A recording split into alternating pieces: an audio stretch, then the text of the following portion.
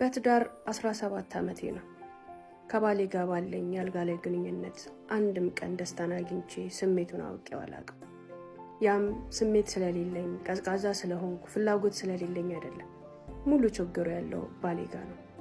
አሰላሙ አለይኩም ወራህመቱላሂ ወበረካቱ። ያ ጀማ እንዴት ናችሁ? ደህና ናችሁ ወይ? ሁላችሁም አብራችሁኝ ስለሆናችሁ ስለምትከታተሉኝ እጅግ በጣም አመሰግናለሁ።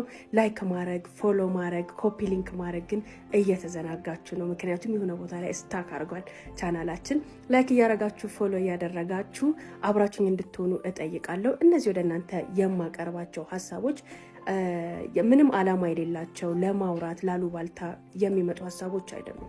ስለ ትዳራችን እንዲህ ነው እንደዛ ነው ብለን ቁጭ ብለን እንዲያርጊው እንደዛ ውጪው እንደዛ ውርጁ እያለን ከምንነጋገረው በላይ የሰዎችን ታሪኮች እያነሳን በሰዎች ታሪኮች ላይ ተነስተን የራሳችንን ጠቃሚ ሀሳቦችን ጨምረን በታሪክ መልክ ወደ እናንተ ስናቀርበው ልባችሁ ላይ የመቅረትና በእነሱ ውስጥ ራሳችሁን አይታችሁ ትዳራችሁ ውስጥ ያለውን እሴት እንድታውቁት ይረዳል በማለት ነው።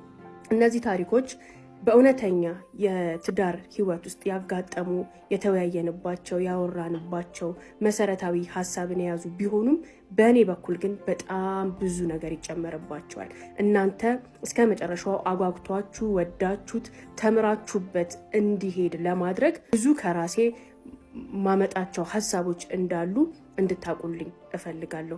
አብዛኛውን መነሻው ሀሳቦቹ ናቸው ሰዎቹ በነገሩኝ ሰዎቹ ባወሩኝ ልክ ወደ እናንተ ባመጣው በእርግጠኝነት ከተራ አሉባልታነትና የምሰማቸው ከምታሪቋቸው ታሪኮች የተለዩ አይሆኑም ነበር። ነገር ግን አንድ ሀሳብና አንድ ታሪክ እኔ ጋር ሲመጣ ተከታዮቼን በምን መንገድ ሊያስተምራቸው ይችላል፣ ምን አይነት ሀሳብ ሊያገኙበት ይችላል፣ ምን አይነት ጠቃሚ ነገር ሊያገኙበት ይችላል የሚለውን ነገር እኔ ጨምርበታለሁ። ይሄን እንድታቁ ነው። ኢንሻአላህ አሁን ረመዳን ላይ ነው ያለነው።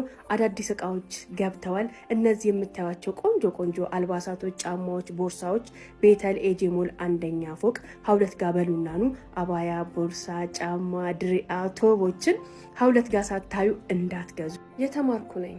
በትምህርት ከፍተኛ የሚባለው ደረጃ ላይ ደርሻለሁ። ጥሩና ጎበዝም ተማሪ ነበርኩ። ትምህርቴን እንደጨረስኩ ቀጥታ ወደ ትዳር ዓለሙ ነበር የገባሁት። የመጀመሪያዎቹ የትዳር ዓመታችን ላይ ባሌን በግልጽ አወራው ነበር። ስንፈት አለብህ፣ ይሄን መስተካከል የሚችል ነገር ነው። በስነ ልቦናና በሐኪም እርዳታ መስተካከል ይችላል። ስለዚህ ሐቄን እየጠበክልኝ እየሞላህልኝ ስላልሆነ ታያው እለዋለሁ።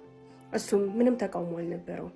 ልክ ነሽ፣ እታየዋለሁ፣ እሄዳለሁ እያለ ነገ ከነገ ወዲያ ብቻ ነው የሚለኝ። እሺ ቢለኝም ወደ ሕክምና ሄዶ ወደ ባለሙያ ሄዶ ችግሩን ለመቅረፍ ግን ምንም የሚወስደው እርምጃ አልነበረም። ያም የሚሆንበት ምክንያት ባለቤቴ በስራ በጣም ቢዚ ሰው ነው። ምንም አይነት እረፍት የለውም።